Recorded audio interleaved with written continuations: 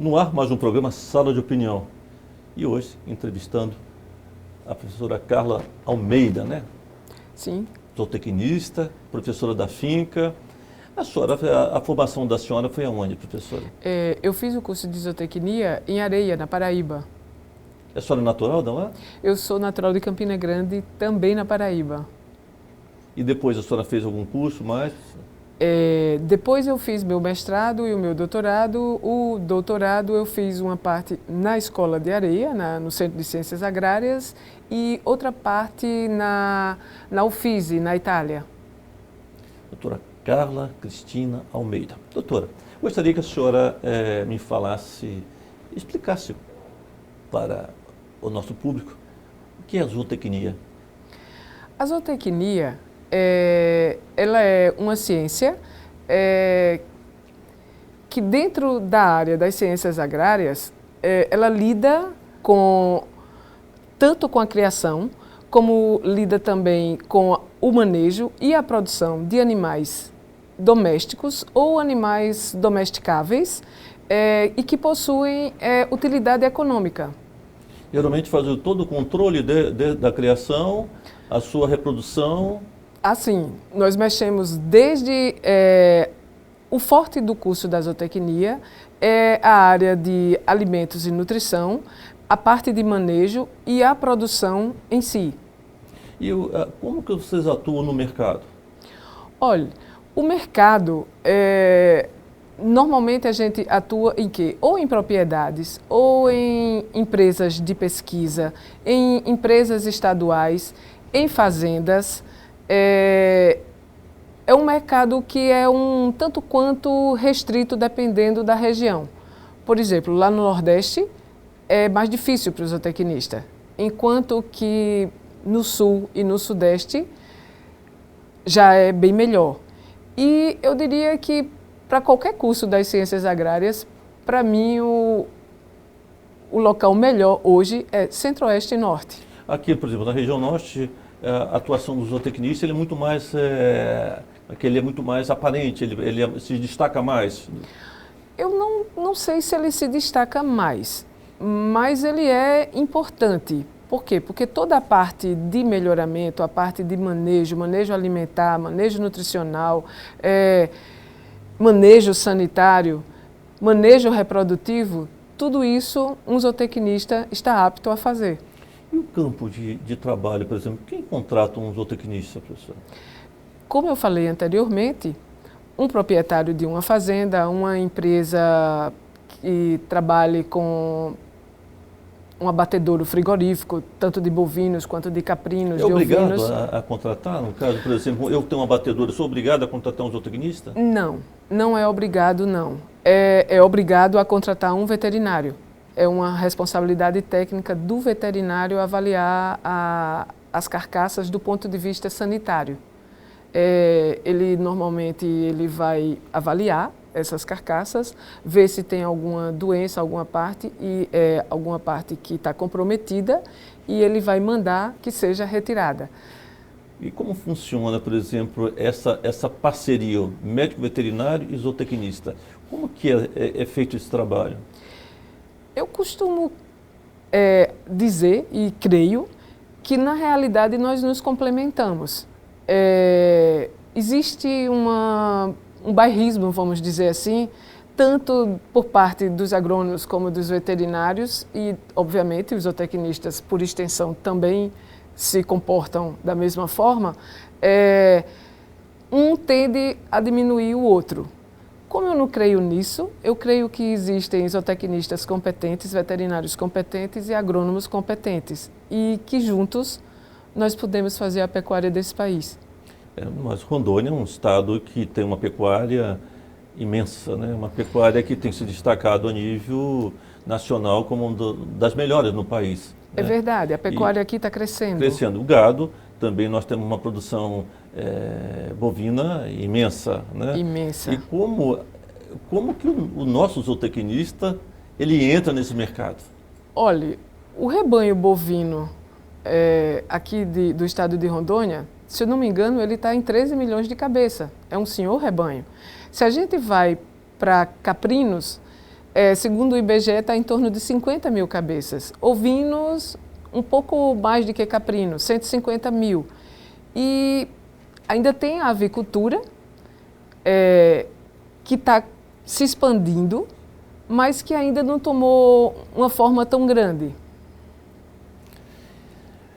Doutora, nós sabemos da dificuldade muitas vezes do zootecnista entrar no mercado por essa série de conjuntura, na realidade não é uma profissão tão antiga, né? É uma profissão em que vem se destacando no decorrer do tempo, mas é uma profissão nova, né? Ou não é tão nova assim? Para a nossa região é nova. Então, como que a senhora analisa isso? Porque eu vejo interessante a posição do zootecnista, também importantíssimo para a nossa região do agrônomo e do médico veterinário. Mas como trabalhar os três juntos na realidade? Como que fazer? Até aonde vai o limite de cada profissão? Eu fico muito feliz que o senhor tenha dito que a profissão da zootecnia é nova, porque ela tem exatamente a minha idade. A zootecnia fez esse ano 50 anos de idade. E, apesar de nova, ela está aí, está se estabelecendo. Na realidade, a agronomia dessas profissões é a mais antiga. E o que acontece? A gente vai se estabelecendo à medida... você chega numa fazenda, você vai precisar... É difícil para um produtor ter que contratar um zootecnista, um agrônomo e um veterinário. Então, ele vai olhar e ver qual que para ele é mais necessário. Se ele vai mexer, por exemplo, com reprodução, ele vai contratar um veterinário. Se ele vai mexer com confinamento, com criação, ele vai contratar um zootecnista. E a gente não pode esquecer que para esses animais se alimentarem, tem que ter... O agrônomo. Tem que ter o agrônomo, exatamente. Se for ruminantes, vai ter que ser produzido muita forragem. Se for suínos e aves, a gente vai ter que trabalhar com grão. E o agrônomo tem um papel também primordial nesse processo todo, né? Porque é através dele que vai todo um ciclo. Sim. Cada um tem a sua importância, tem a sua área de atuação e tem a sua importância. Como eu digo, eu não vejo que eles sejam excludentes, eu vejo que eles se aglutinam. A senhora, tive a oportunidade de assistir a senhora num curso, né?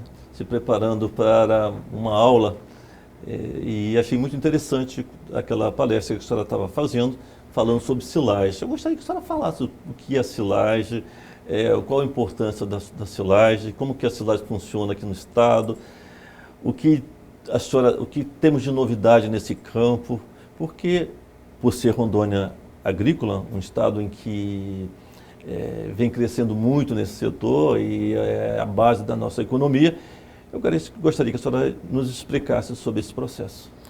A gente está no Brasil, que é um país de clima tropical, e a gente está aqui na região norte, que é tropical, úmida, quente.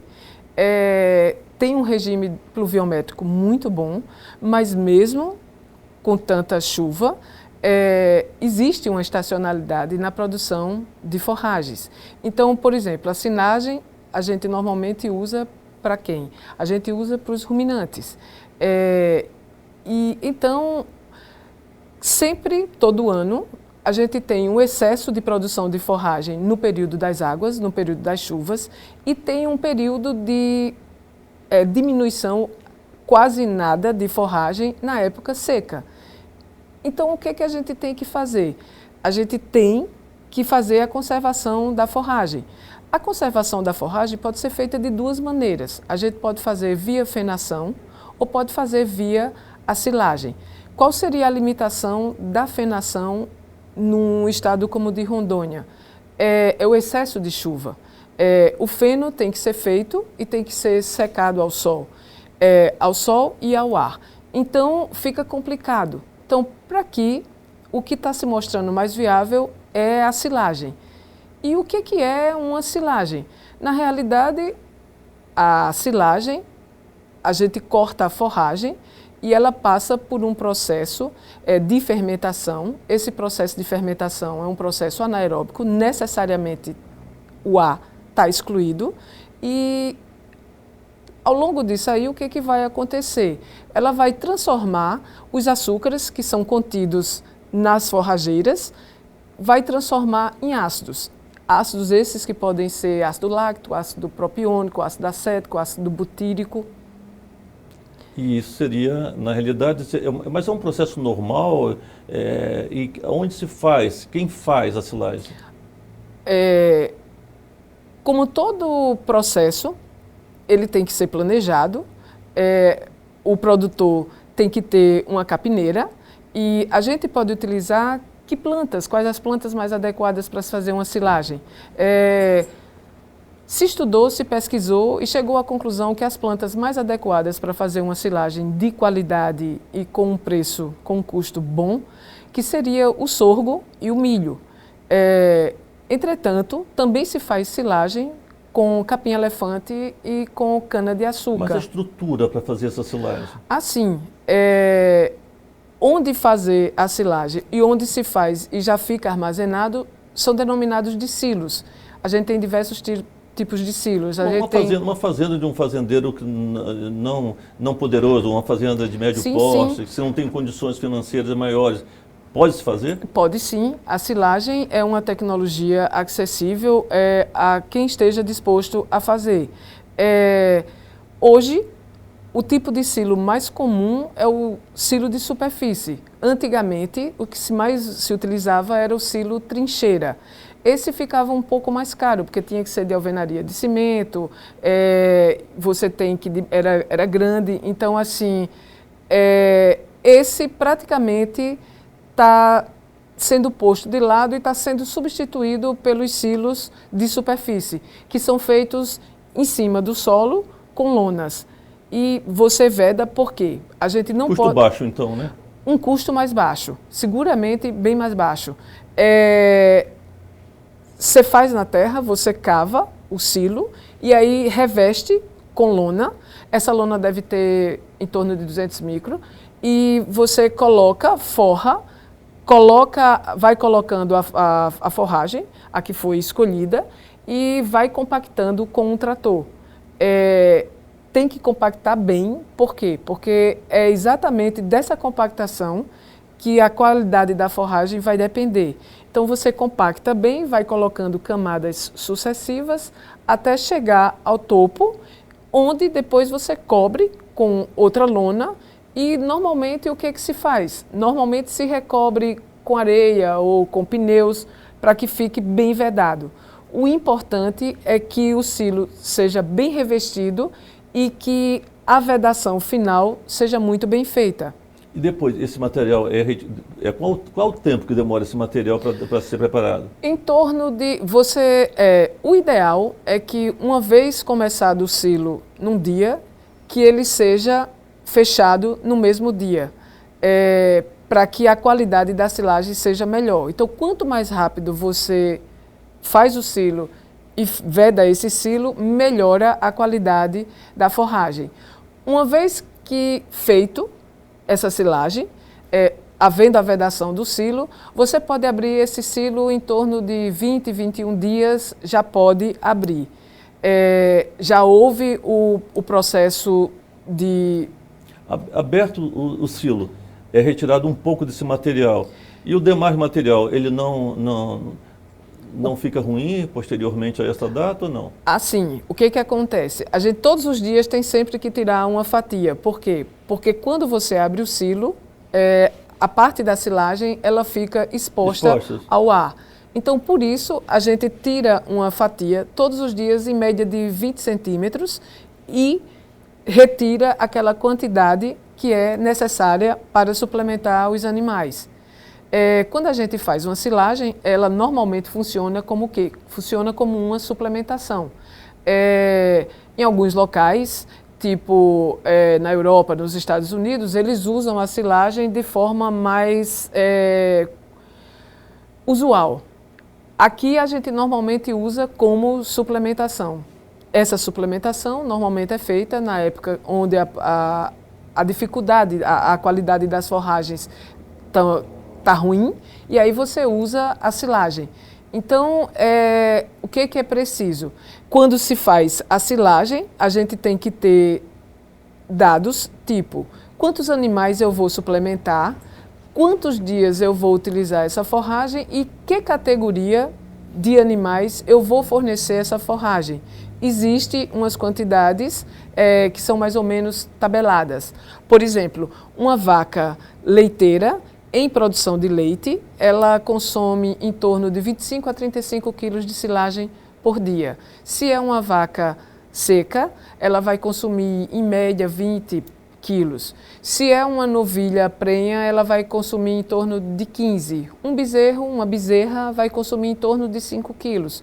Então, como existe essa tabela é para facilitar, para que ninguém tenha que estar sempre fazendo cálculos para saber quanto vai ser suficiente.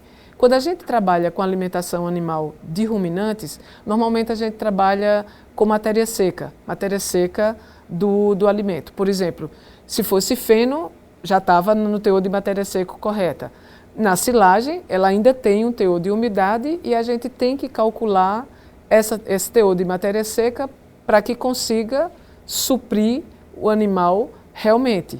Então, existem essas tabelas para facilitar, para que a gente não esteja sempre ali calculando quanto é. E é assim que a gente usa. Quantos animais, número de dias que vão ser suplementados e quanto vai se fornecer da silagem.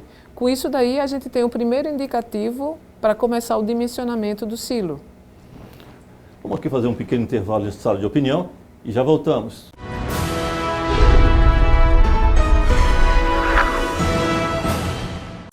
A vida é escolha, a vida é movimento. Então saia do seu lugar, vem pra fincar. Navegue pelas águas do conhecimento. Na finca não tem como errar, é fazer a diferença. Vem pra finca, vem estar preparado para a vida. Vem pra finca, vem. Vem pra vida, vem pra finca. A finca é o seu lugar. Vem pra finca, vem pra vida, vem pra finca.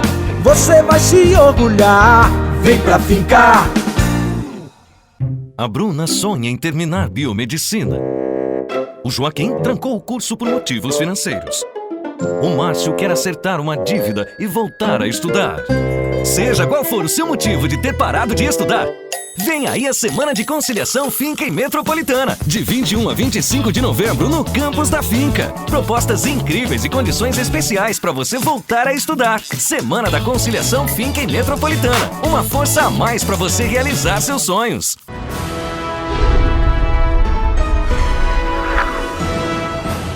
Voltamos com sala de opinião. E assunto interessante: zootecnia, agronomia, zootecnia, medicina veterinária, pensando sempre no agronegócio, na nossa economia. Professora, e quais são os tipos de forragem que eu utilizo para fazer realmente essa composição e fazer a silagem? Normalmente se utiliza o milho, o sorgo, também pode ser utilizado o capim-elefante e a cana-de-açúcar. Aqui na nossa região, por exemplo, existe algo assim diferenciado para a silagem ou não, em termos de material? Olha, existe sim. Eu tive a oportunidade, logo que cheguei aqui, de participar de uma silagem na propriedade chamada Minas Paraná, onde ele utiliza o milho e ele faz o quê? A gente pode usar, da parte das forragens, a gente pode utilizar a parte superior da planta, a gente pode usar a planta inteira e pode também utilizar, inclusive, o milho com os grãos.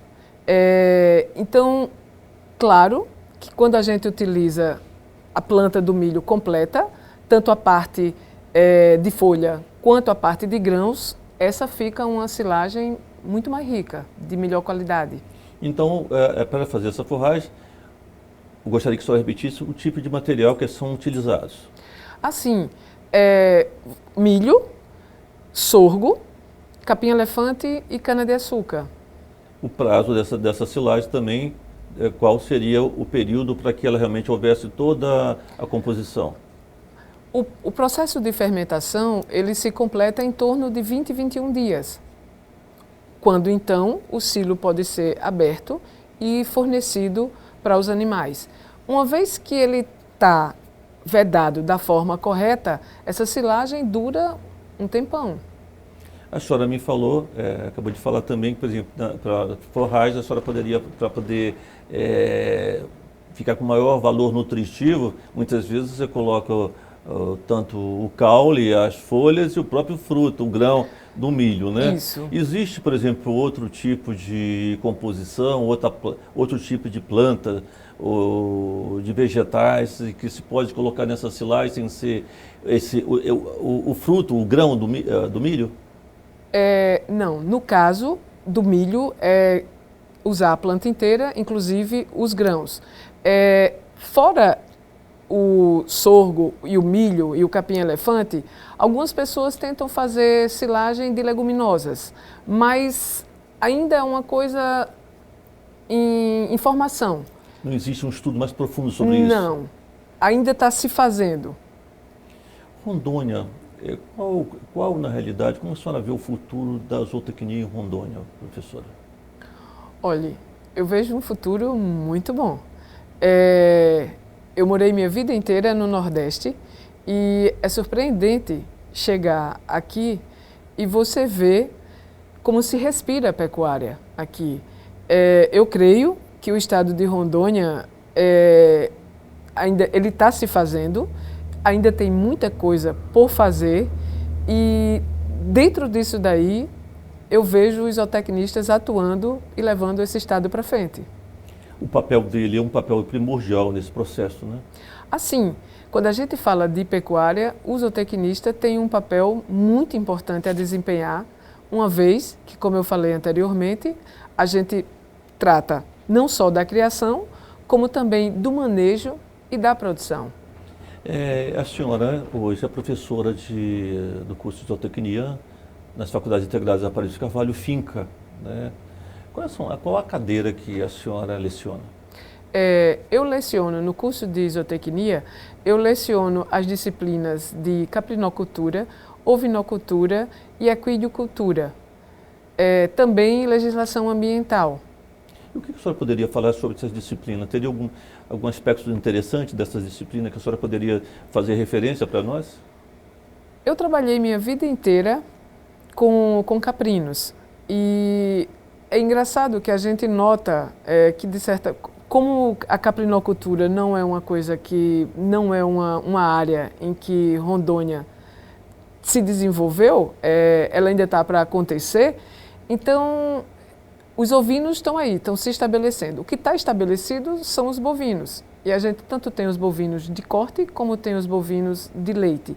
Eu acho que a pecuária em Rondônia hoje ela está centrada na bovinocultura, mas eu tenho certeza que não exclui os pequenos ruminantes, como ovinos e como caprinos.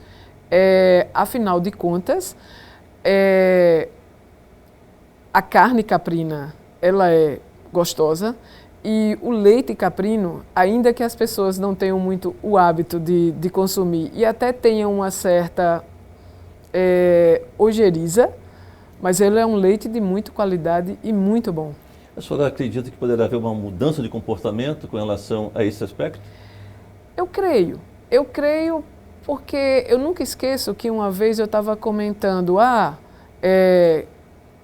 lá no Nordeste, né, eu estava comentando que o caprino sempre foi uma potencialidade, mas não virou uma realidade. As pessoas não querem consumir os derivados do leite nem o leite.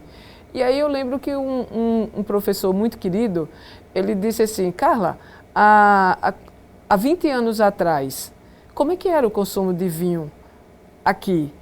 Aí eu disse, praticamente inexistente, ninguém consumia vinho. Aí ele disse, hoje, eu disse, todo mundo toma ou quer tomar. Aí ele disse, então acho que a gente tem que fazer um trabalho com os caprinos semelhante. E eu acho que, por exemplo, no estado de Rondônia, ele dá essa oportunidade para essa mudança também, né?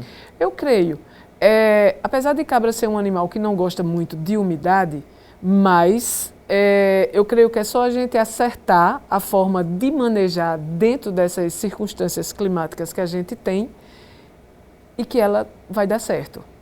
Um pequeno produtor, hoje, qual a sua sugestão? O que a senhora diria para esse cara que está ouvindo, esse telespectador que está nos ouvindo, nos assistindo, sobre essa mudança de comportamento que a senhora já está fazendo essa previsão? O que você diria para ele? É curioso, porque para incorporar, por exemplo, caprinos e ovinos, eu acho que realmente é uma mudança cultural. E toda mudança cultural dá trabalho, leva tempo. Mas eu não perco a esperança. Eu acho que não são incompatíveis, não são excludentes. Eu acho que a gente pode trabalhar com bovino, pode e deve trabalhar com ovinos e com caprinos também. Sem nenhuma interferência nesse processo da criação e da produção? Não. Eles se somam, eles não se excluem.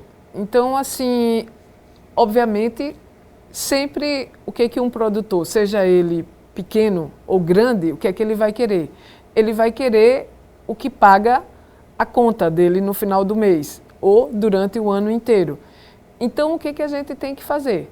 Realmente avaliar mercado.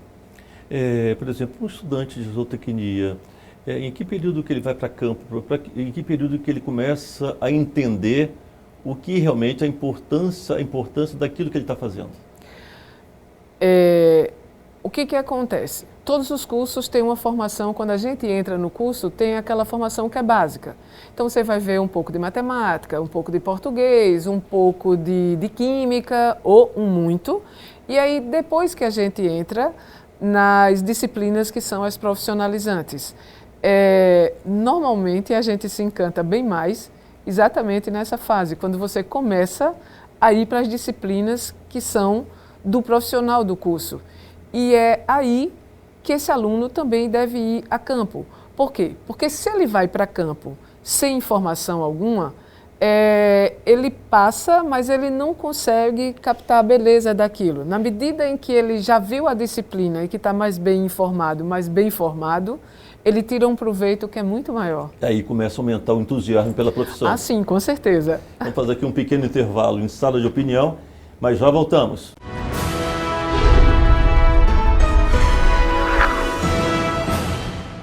A Bruna sonha em terminar biomedicina. O Joaquim trancou o curso por motivos financeiros. O Márcio quer acertar uma dívida e voltar a estudar. Seja qual for o seu motivo de ter parado de estudar, vem aí a Semana de Conciliação Finca e Metropolitana, de 21 a 25 de novembro no campus da Finca. Propostas incríveis e condições especiais para você voltar a estudar. Semana da Conciliação Finca e Metropolitana, uma força a mais para você realizar seus sonhos. A vida é escolha, a vida é movimento. Então saia do seu lugar, vem pra Finca. Navegue pelas águas do conhecimento. Na Finca não tem como errar, é fazer a diferença. Vem pra Finca, vem. Estar preparado para a vida. Vem pra Finca, vem. Vem pra vida, vem pra Finca. A Finca é o seu lugar. Vem pra Finca, vem pra vida, vem pra Finca. Você vai se orgulhar. Vem pra Finca.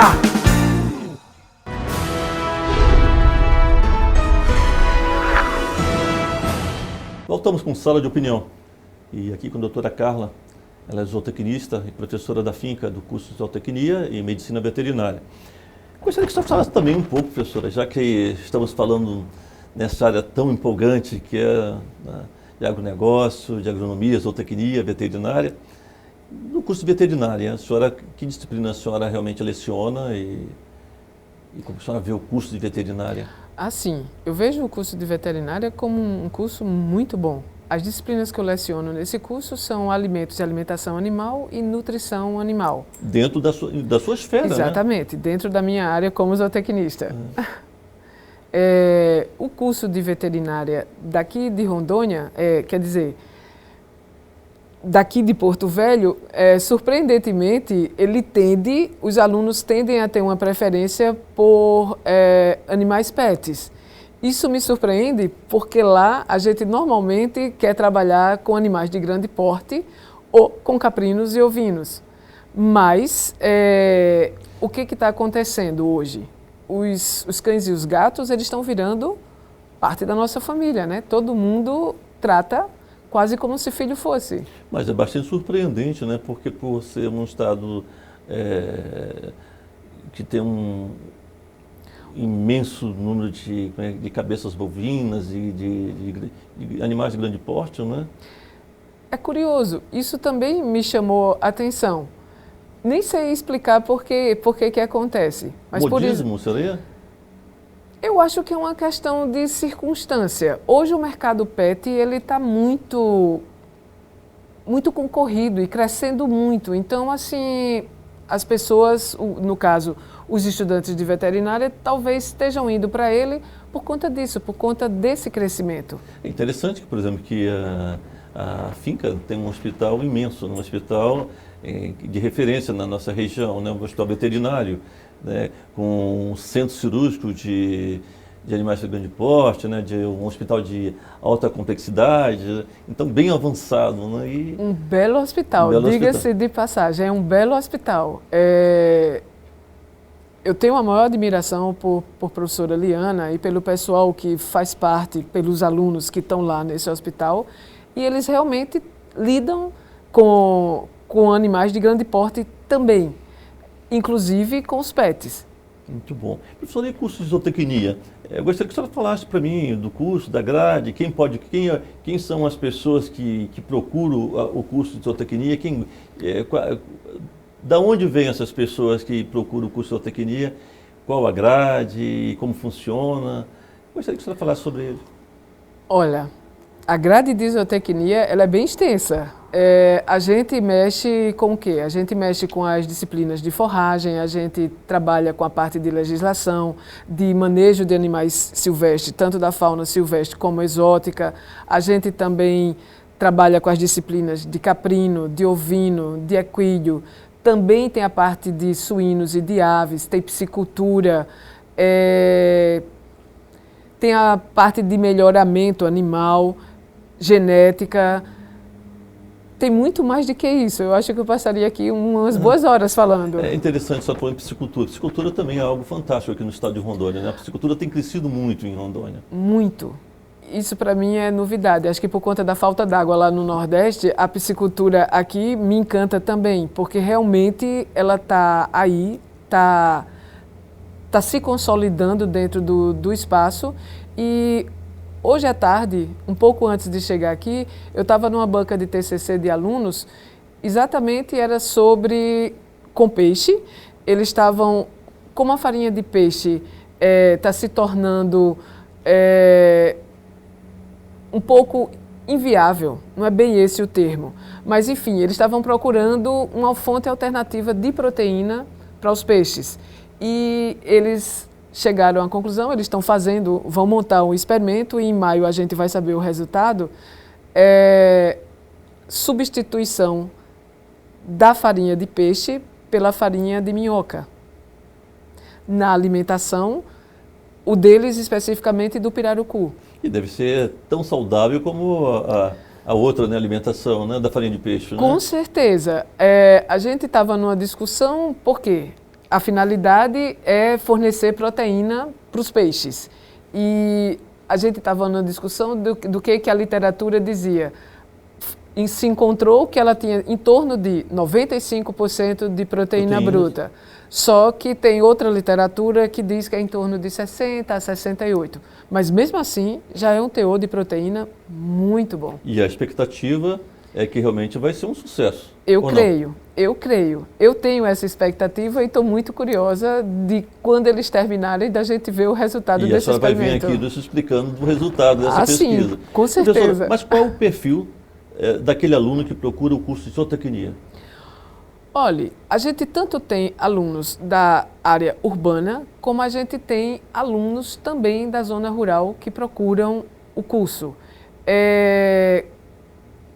Eu não sei precisar até que ponto se sobrepõe um sobre o outro. Por quê? Porque tem pessoas que vêm da zona rural para trabalhar e acabam escolhendo o curso de zootecnia. Aí não dá, porque a gente mora na cidade, a gente não vai voltar mais para a zona rural, então dificulta na hora da pesquisa, da própria pesquisa, né? Sim, como é que eu posso dizer? A finca tem uma propriedade, tem uma fazenda, e essa fazenda, inclusive, tem servido para aulas práticas, que normalmente... Esse é o objetivo, né? Sim, e está lá funcionando, está muito bem, graças a Deus. Ela está funcionando, tanto tem o pessoal da agronomia, como tem também o pessoal da zootecnia. A professora Roselaine, ela está lá com a turma de agronomia, todo sábado tem sempre aula prática, inclusive durante outros dias da semana. E também na zootecnia tem os professores Ivan Palheta e o professor Zé Renato, que estão lá fazendo o que a gente chama canteirinho de agrônomo, só que com forragens. São canteirinhos de zootecnistas. É interessante, você que aí está curioso, querendo conhecer, por exemplo, a fazenda agronegócio, né? A fazenda agronegócio da Faculdade Integrada dos Aparelhos de Cavalo e Finca, ou quer conhecer o curso de zootecnia, ou de agronomia, ou de medicina veterinária, você pode aqui marcar a sua visita à faculdade, ou se não a sua visita à fazenda, para que você possa conhecer e aí escolher aquele curso em que você gostaria muito de realizar esse sonho fazendo esse curso. Então, professora, eu quero aqui agradecer imensamente a sua participação em Sala de Opinião. Foi uma honra muito grande poder contar com a sua presença. Um grande abraço e muito obrigado. Muito obrigada. O prazer é meu. Muito obrigado. E aqui chegamos ao final de Sala de Opinião. Um grande abraço a todos e até o próximo programa.